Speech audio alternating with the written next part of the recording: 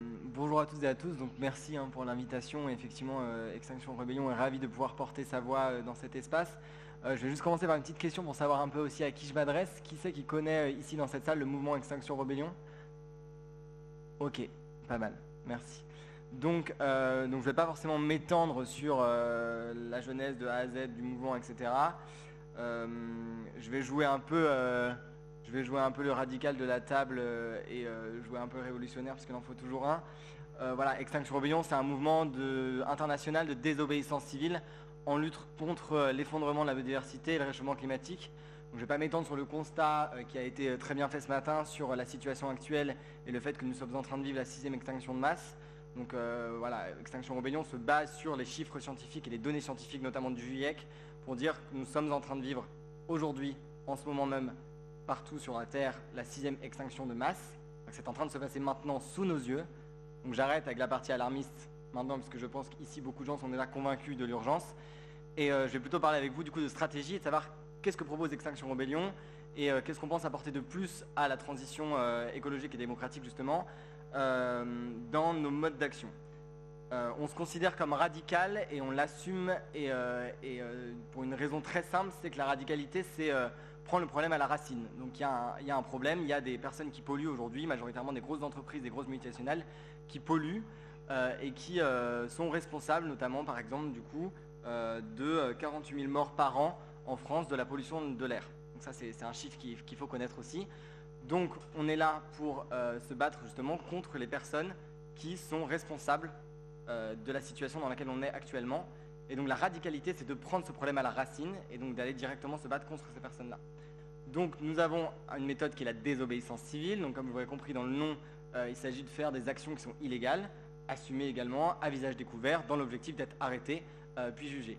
L'objectif, c'est avant tout d'attirer l'attention médiatique sur les enjeux. C'est-à-dire qu'on a pu, je vais parler de mon cas personnel, j'ai organisé à peu près une dizaine de marches pour le climat. Donc je vais avec ma petite carte d'identité à la préfecture, je déclare mon parcours, on me demande vous allez de là à là, oui c'est ça, voilà. Combien vous serez à peu près, je sais pas, ils disent 15 000 sur l'événement Facebook, on sera peut-être le double, et puis s'il pleut on sera que 5 000, voilà, comme d'habitude. Et à la fin du parcours, le préfet de police vient vous voir, dit voilà, vous demandez la dispersion du rassemblement, merci d'avoir manifesté, d'avoir fait quelques photos, c'était gentil, et tout le monde repart chez soi. Commander sur Amazon ou manger des trucs livrés par Uber Eats. Non, je rigole, mais l'idée c'est quand même de dire que les marches pour le climat, aujourd'hui, dans l'état actuel des choses, ne sont plus efficaces. Elles ont pu être efficaces dans les années 70, dans les années 80, c'est des mobilisations qui ont pu marcher. Aujourd'hui, Extinction Rebellion prône la désobéissance civile, c'est-à-dire qu'on sort des cadres légaux qui nous sont imposés pour manifester et pour manifester notre désaccord avec le système dans lequel on nous demande de vivre. Donc, on fait, pour vous donner des exemples, je vois qu'il y a pas mal de gens qui le connaissaient, mais je le dis quand même peut-être pour les gens en ligne, il y a Lafarge, justement, qui a été cité ce matin, donc la cimenterie. Très concrètement, ça peut être des actions qu'on fait où on va essayer de bloquer le plus longtemps possible une cimenterie Lafarge pour empêcher la construction de certaines zones commerciales qui sont alimentées par ces cimenteries. On peut aussi faire des actions plus symboliques, notamment on a fait 5 jours d'occupation sur une place centrale à Châtelet, à Paris, dans l'objectif de dire coucou, on est là, comme disaient les Anglais, this is an emergency, nous sommes dans une urgence climatique, il faut en parler. Et donc pour rebondir sur ce que disait Paloma, il y a 1% des sujets dans les médias, tous les médias confondus, qui parlent d'urgence climatique aujourd'hui et d'effondrement de la biodiversité, puisque les deux sont liés, ne l'oublions pas. Et donc dans les revendications d'Extinction Rebellion, on est là pour demander déjà une communication honnête sur le sujet. Et c'est la première chose qu'on demande, puisqu'on se rend compte aussi du peu de sensibilisation des gens sur ces questions-là autour de nous. Et on se dit comment c'est possible aujourd'hui que des gens qui sortent avec un bac plus 5 ou qui sortent de grandes écoles de commerce ou quoi que ce soit sont complètement pas assez informés finalement sur ces enjeux-là. Et donc plus largement dans la société, c'est aussi au rôle des médias d'informer sur ces enjeux. Donc on essaye d'attirer l'attention comme on peut, on fait des blocages d'aéroports aussi, puisqu'on considère que l'aviation, notamment des vols intérieurs, est absolument une hérésie, puisqu'on a aujourd'hui des modes de transport décarbonés qui permettent de remplacer les vols intérieurs. Donc on demande l'arrêt direct immédiatement de tous les vols intérieurs, ce qu'on a fait notamment avec une action à Orly dernièrement. Donc voilà, donc ça c'est pour la question de la stratégie, et donc c'est peut-être l'occasion d'avoir un débat aussi ensemble sur qu'est-ce que vous pensez vous de la désobéissance civile. Est-ce que vous pensez qu'il est peut-être temps aujourd'hui de sortir des cadres légaux imposés pour faire des actions un peu plus impactantes. Donc je vous passe sur le constat écologique comme je l'ai dit.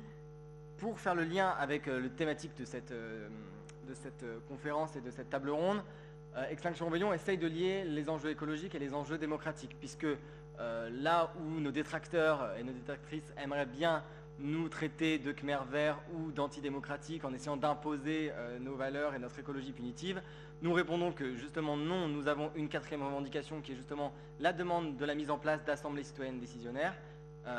Et donc je vais faire le lien avec la Convention citoyenne pour le climat juste après. Et donc pour bien montrer qu'à la fois ça fait partie de nos revendications, on demande à vivre dans une vraie démocratie qui associe le peuple aux prises des décisions, puisque ce sont des décisions qui nous concernent toutes et tous. Et on a aussi un fonctionnement interne qui est basé sur la démocratie, donc on a un mouvement horizontal, décentralisé, où chacun et chacune a une voix, et pour toutes les personnes qui ne croient pas en l'horizontalité et à une organisation autre que celle très verticale du système un peu patriarcal, carrément patriarcal, même dans lequel on vit depuis des dizaines d'années, je vous invite vraiment à venir assister aux assemblées populaires qu'on organise pour voir comment on peut faire discuter 50-100 personnes ensemble dans une dynamique d'inclusivité radicale où on permet notamment aux personnes en situation de handicap de participer avec des assemblées qui sont majoritairement, la majorité du temps signées, donc en langue des signes aussi. Donc c'est tous ces enjeux-là qui font comment on associe le citoyen aux prises de décision et pas juste les citoyens, permettez-moi de le dire, hein, mais tous les citoyens retraités ou qui ont fait Sciences Po qui vont aller participer au conseil de quartier, mais tous les citoyens qui représentent la société, qui sont à la fois les jeunes, à la fois aussi les cadres, les chômeurs et toutes les autres personnes qui composent cette société. Donc ça c'est pour un peu défaire l'argument qui est de dire qu'Extinction Rebellion est une bande de Khmer verts idéologistes qui décident d'imposer des lois aux autres. Nous faisons la désobéissance civile, on essaie d'imposer rien du tout, on demande la mise en place de cette assemblée citoyenne. Maintenant qu'on a dit ça, l'assemblée citoyenne décisionnaire que nous demandons et que nous exigeons auprès de notre gouvernement, on a un peu l'impression qu'elle a été mise en place sous la forme de la Convention citoyenne pour le climat. Alors oui et non, dans le sens où il y avait quand même ce problème qui est que cette assemblée n'était pas décisionnaire et qu'elle était un peu existante, voire carrément existante, au bon vouloir du président de la République. Et donc c'était tout l'enjeu au début de la Convention, et je vais parler au nom aussi du mouvement climat qui s'est beaucoup posé la question de... il y a eu des divisions en interne, c'est-à-dire comment on se positionne, parce que si on soutient cette Convention citoyenne pour le climat, manifestement, on soutient le président de la République qui va en faire de la récupération politique. Donc c'était tout l'enjeu. Extinction Rebellion, de par cette revendication, a pris la décision de quand même soutenir, non pas directement la Convention citoyenne pour le climat, mais les 150 citoyens et citoyennes qui en participent, puisqu'on considère que ce mini-public tiré au sort est pour nous l'avenir de la démocratie, puisqu'il permet de montrer que des gens informés pendant plusieurs sessions avec des constats scientifiques de Valérie Masson-Delmotte du GIEC, de Jean-Marc Jancovici ou de d'autres experts sur les enjeux climatiques, sont capables, avec toute la surprise que ça peut avoir chez les élites politiques, peuvent avoir une connaissance suffisante et un cerveau suffisamment bien fait pour prendre des décisions suffisamment à la hauteur des enjeux.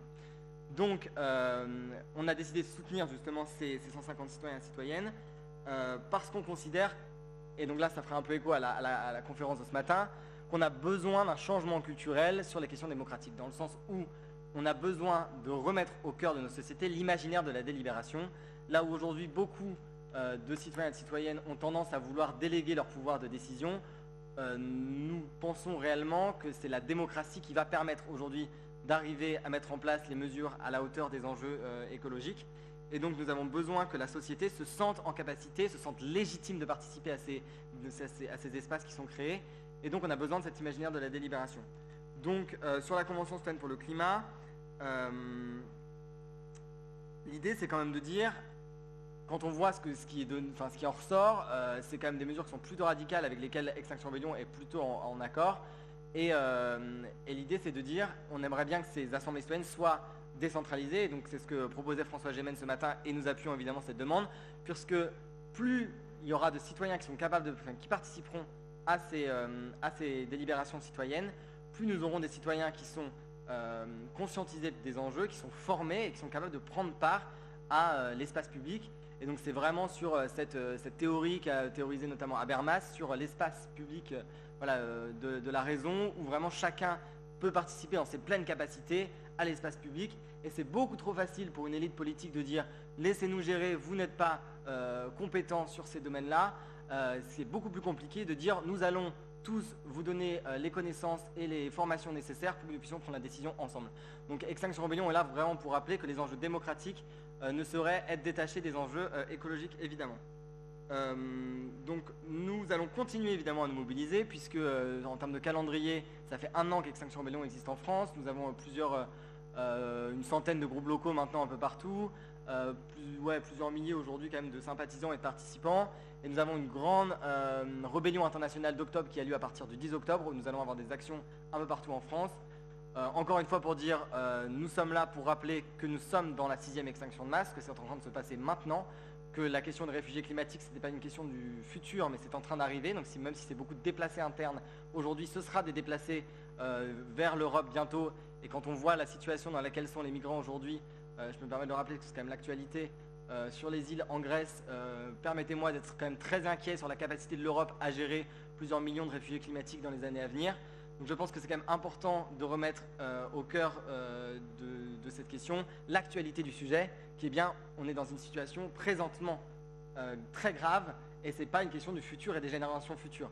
Les générations futures, elles sont là, je suis là, j'ai 24 ans, je vais vivre des choses absolument catastrophiques, je n'ai pas envie d'avoir d'enfants parce que je pense qu'aujourd'hui, ce n'est pas un monde qui sera souhaitable pour des enfants. Donc les générations du futur dont on parlait il y a 20 ans, elles sont là. Et les enfants qu'ils auront, s'ils en ont, seront présents au-delà de 2100. Donc c'est ce qui était rappelé ce matin. Donc vraiment pour rappeler l'actualité de la crise et la gravité dans laquelle nous sommes. Voilà, donc sur la question, je suis ravi de débattre avec vous sur la question de la stratégie que nous mettons en place, qui est la désobéissance civile et l'illégalité de nos actions, qui sont parfaitement assumées et qui sont pour nous tout simplement du bon sens pour arriver à faire changer les choses, si tant est qu'on est encore capable de faire changer le cap de nos politiques actuelles. Voilà, merci à vous.